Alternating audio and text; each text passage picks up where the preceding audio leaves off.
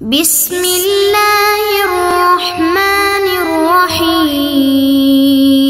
اعوذ باللہ من الشیطان الرجیم، بسم اللہ الرحمن الرحیم، وبہ نستعین۔ لمحہ چہارم کے کتاب النکاح میں ہماری گفتگو اور مسائل 20 میں سے 3 مسئلے آپ پڑھ چکے، آج چوتھا مسئلہ پڑھیں گے۔ وہ چوتھا مسئلہ کچھ اس حوالے سے ہے کہ اگر ایک مرد کسی عورت کے ساتھ زنا کرتا ہے تو اس مرد کو ہم کہیں گے زانی، اس عورت کو کہیں گے مزنی۔ کیا یہ زنا شدہ عورت زانی مرد پر حلال ہے یا حرام ہے؟ فرماتے ہیں کہ اگر یہ عورت بغیر شوہر والی تھی تو زانی پر حرام نہیں ہے، زانی اس کے ساتھ شادی کرنا چاہے تو کر سکتا ہے۔ اب کراہت وغیرہ الگ چیز ہے، لیکن اصل یہ ہے کہ حرام نہیں ہے۔ اور اگر یہ عورت شوہردار تھی تو شوہردار عورت کے ساتھ اگر کوئی بندہ زنا کرے گا تو پھر جو ہے کیا ہے، وہ اس کے لیے حرام ہو جائے گی قیامت تک۔ اس کے بعد پھر فرماتے ہیں کہ بعض علماء نے تو یہ فرمایا ہے کہ حرام ہے، بعض نے کہا کہ مکروہ ہے۔ اب علماء کا اختلاف تو اپنی جگہ پر ہے، ہم عبارت میں دیکھیں گے کہ کون سے عالم دین نے کیا فتویٰ دی ہے اور ان کا کیا دلیل ہے۔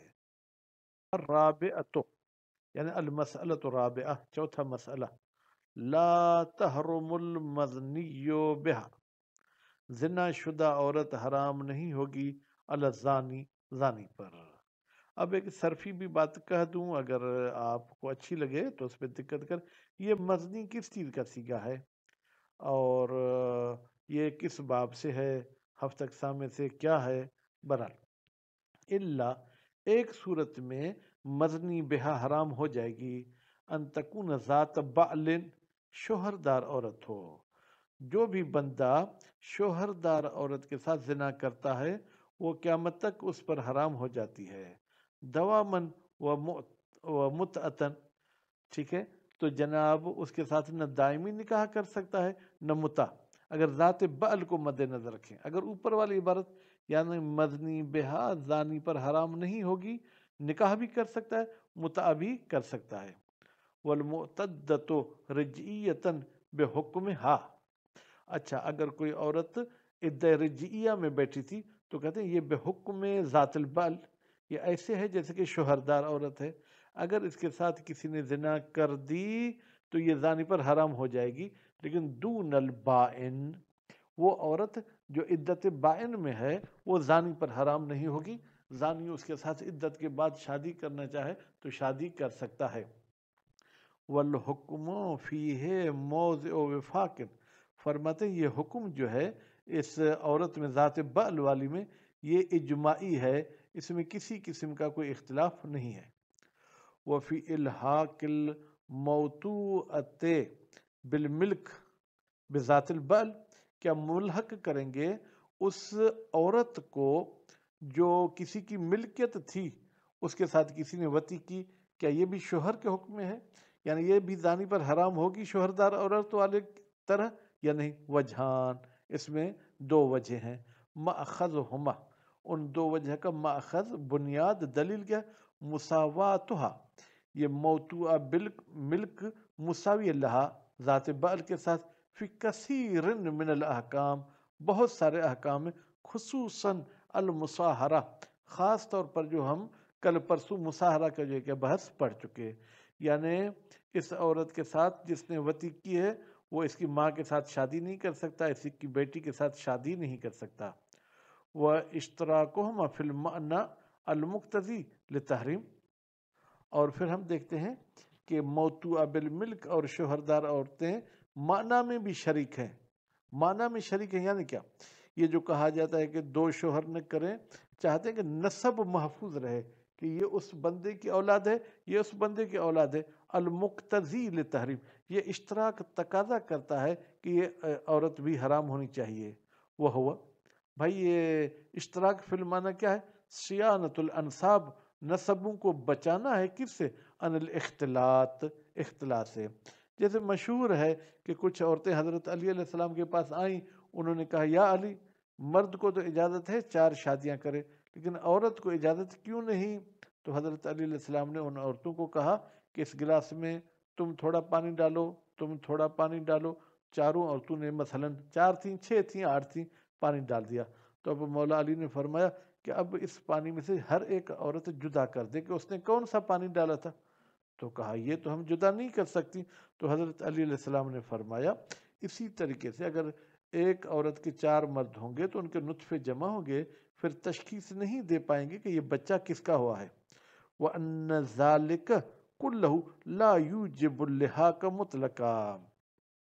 اب یہ دوسرا نظریہ ہے کہ بھائی اگرچہ یہ کنیز مشترک بھی ہے اس ذات بعل کے ساتھ، لیکن یہ سبب نہیں بنتا اللحاق کہ ہم ملک والی کنیز کو یعنی موتوع بالملک کو ملحق کریں کس کے ساتھ، ذات بعل کے ساتھ، وہو الاقوا۔ یہ عدم اللحاق فرماتے ہیں کہ قول قوی ہے۔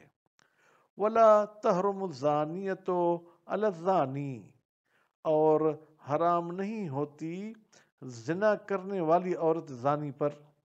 پہلے تھا کہ مرد نے زنا کی، اب یوں سمجھیں کہ زانیہ بھی زانی پر حرام نہیں ہوتی۔ ولا علی غیر الزانی، غیر زانی پر بھی حرام نہیں ہوتی۔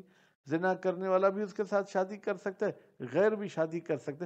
ولیکن یکرہ تزویجھا، لیکن مکروہ ہے زنا کار عورت کے ساتھ شادی کرنا مطلقاً، زانی کے لیے بھی غیر زانی کے لیے بھی، علی الاصح، قول اصح کے مطابق، خلافاً لجماعت، یہ کراہت والا قول ایک جماعت کے خلاف ہے، حیث حرموہ علی الزانی، اس جماعت نے اس عورت کی شادی کو حرام زانی پر، ما لم تظہر منہا توبتو، جب تک یہ عورت توبہ نہ کرے۔ اب جائز کیوں ہے اور حرام کیوں ہے اور کیسے پتہ چلے کہ بھائی اس عورت نے توبہ کی؟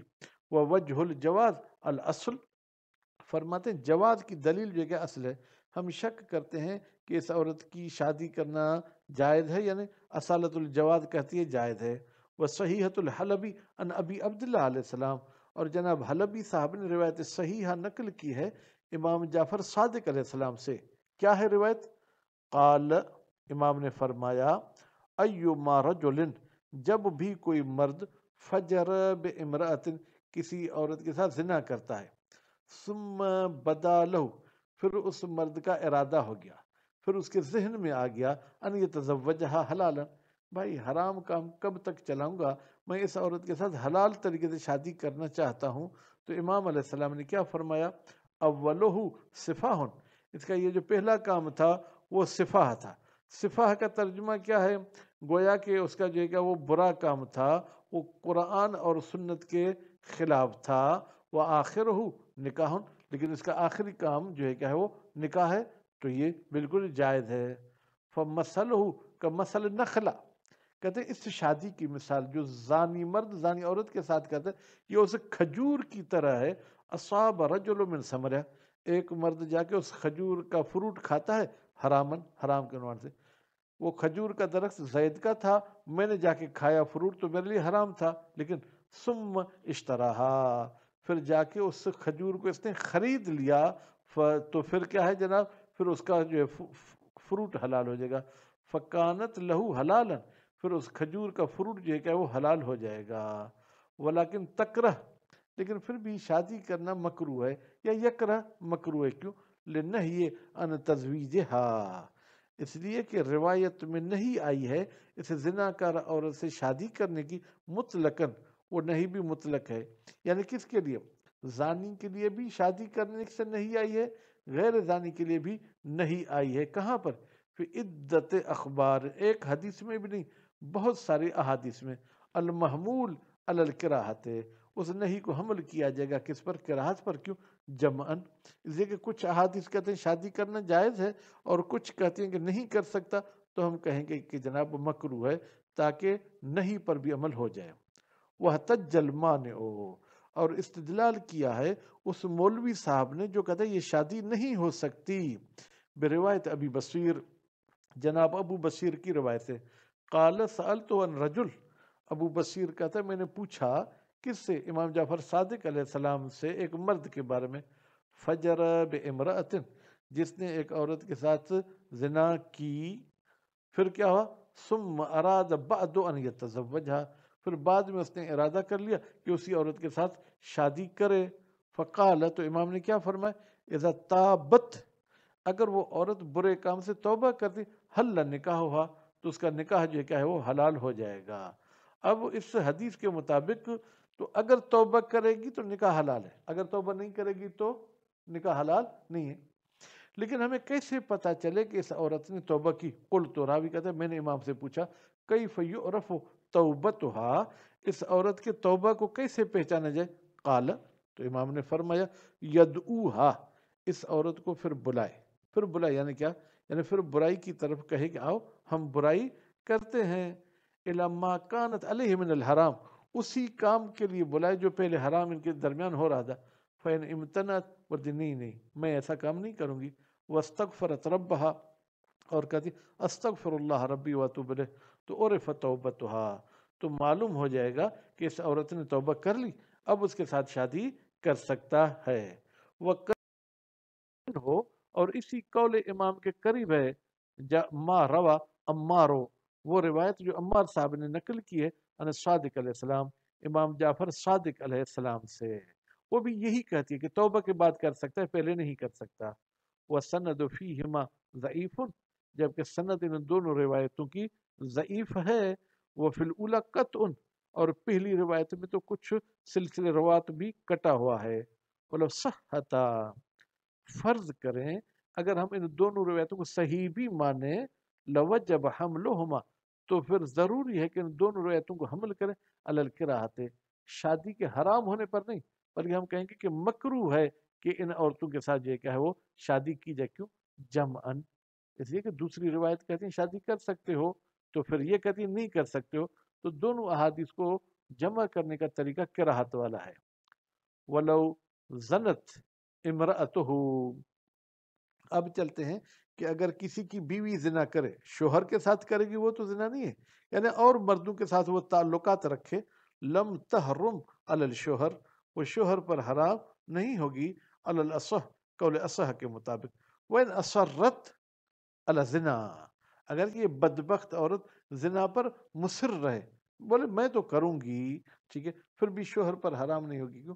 للأصل، بھائی شوہر پر پہلے تو حلال تھی، زنا کے بعد حرام ہوئی یا نہیں؟ اصل کہتا ہے کہ ابھی بھی جائز ہے، حرام نہیں ہوئی. وہ نص، اور روایت بھی ایسی ہے کہ زنا کرنے والی عورت شوہر پر حرام نہیں ہوتی. خلافاً للمفید والسلار، یہ فتویٰ شیخ مفید اور جناب سلار صاحب کے جو کہ خلاف ہے. حیث ذہبا، جبکہ ان دونوں نے نظریہ دیا ہے الی تحریمہا، کہ یہ عورت اپنے شوہر پر حرام ہو جائے گی، مال اصرار، جب وہ اس برائی پر اصرار کرتی ہے. دلیل ان کی کوئی ہے یا نہیں؟ استنادن، انہوں نے اپنے اس حرام ہونے کی فتویٰ کا دلیل بنائے الی فوات اعظم فوائد نکاح، کہ نکاح کے سب سے بڑے فائدے جو کیا ہے وہ فوت ہو جائیں گے. وہ بڑا فائدہ کیا ہے؟ التناسل، نسل بڑھانا، مع زنا، زنا کے ساتھ نسل نہیں بڑھے گی. کیوں؟ لاختلاط نسب ہی نہیں، اس لیے کہ رشتے جمع ہو جائیں گے، شوہر کا بھی نسب ہوگا تو زانی کا بھی ہوگا. والغرض من شرعیت الحد، اور یہ جو شریعت نے کہا ہے کہ حد جاری ہوگی کس پر؟ زنا والے پر. والرجم لزانی حفظہ عن ذالک، یہ شریعت چاہتی کہ نسب محفوظ رہے عن ذالک، اس زنا سے. لیکن وہ یضعف، مفید صاحب اور سلار صاحب کا قول جو ہے کیا ضعیف ہے. کیوں؟ بأن الزانی لا نسب لہ ولا حرمت، بھائی جو زنا کرنے والا ہوتا ہے نہ اس کا کوئی نسب ہوتا ہے نہ اس کا کوئی احترام ہوتا ہے. نتیجے میں ہم یہ کہیں گے کہ زنا کرانے والی عورت اپنے شوہر پر حرام نہیں ہوگی، چاہے ایک مرتبہ زنا کرائے چاہے اس پر اصرار کرتی رہے. تو انشاءاللہ کل ہم 5واں مسئلہ پڑھیں گے. وصلی اللہ علی محمد و